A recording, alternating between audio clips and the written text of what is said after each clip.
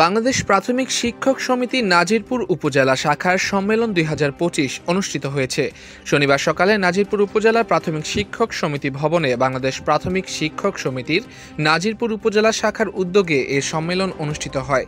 ১৩১ নং পাজরাপাড়া সরকারি প্রাথমিক বিদ্যালয়ের প্রধান শিক্ষক প্রদীপ কুমার শিকদার এর সভাপতিত্বে ও ১৪০ নং চরখালী সরকারি প্রাথমিক বিদ্যালয়ের সহকারী শিক্ষক আনিসুর রহমান এর সঞ্চালনায় প্রধান অতিথি হিসেবে বক্তব্য দেন নাজিরপুর উপজেলা বিএনপির সদস্য সচিব মোহাম্মদ আবু হাসান খান। অন্যদের মধ্যে বক্তব্য দেন ১৩২ নং দক্ষিণ শ্রীরামকাঠি সরকারি প্রাথমিক বিদ্যালয়ের সহকারী শিক্ষক আসাদুজ্জামান, সহকারী শিক্ষক ৮৮ নং শ্রীরামকাঠি সরকারি প্রাথমিক বিদ্যালয়ের জিয়াউল হক, ৬৫ নং নাজিরপুর মডেল সরকারি প্রাথমিক বিদ্যালয়ের প্রধান শিক্ষক সুব্রত সমদ্দার, ৫৭ নং দিঘিরজান সরকারি প্রাথমিক বিদ্যালয়ের প্রধান শিক্ষক দিলীপ শিকদার, ৬৫ নং নাজিরপুর মডেল সরকারি প্রাথমিক বিদ্যালয়ের সহকারী শিক্ষক সাফায়াত হোসেন।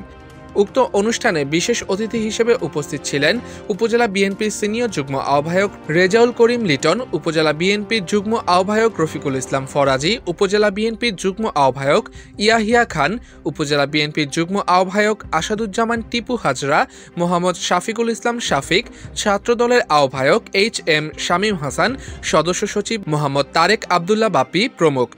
এ সময় ৮৯ নং মধুরাবাদ সরকারি প্রাথমিক বিদ্যালয়ের প্রধান শিক্ষক AKM ফয়সল আলমকে সভাপতি ও ১১৫ নং দক্ষিণ রঘুনাথপুর সরকারি প্রাথমিক বিদ্যালয়ের সহকারী শিক্ষক মোহাম্মদ আলমগীর হোসেনকে সাধারণ সম্পাদক করে এবং ৬৫ নং নাজিরপুর মডেল সরকারি প্রাথমিক বিদ্যালয়ের সহকারী শিক্ষক নাদিরা আক্তারকে সাংগঠনিক করে এ কমিটি ঘোষণা করা হয়।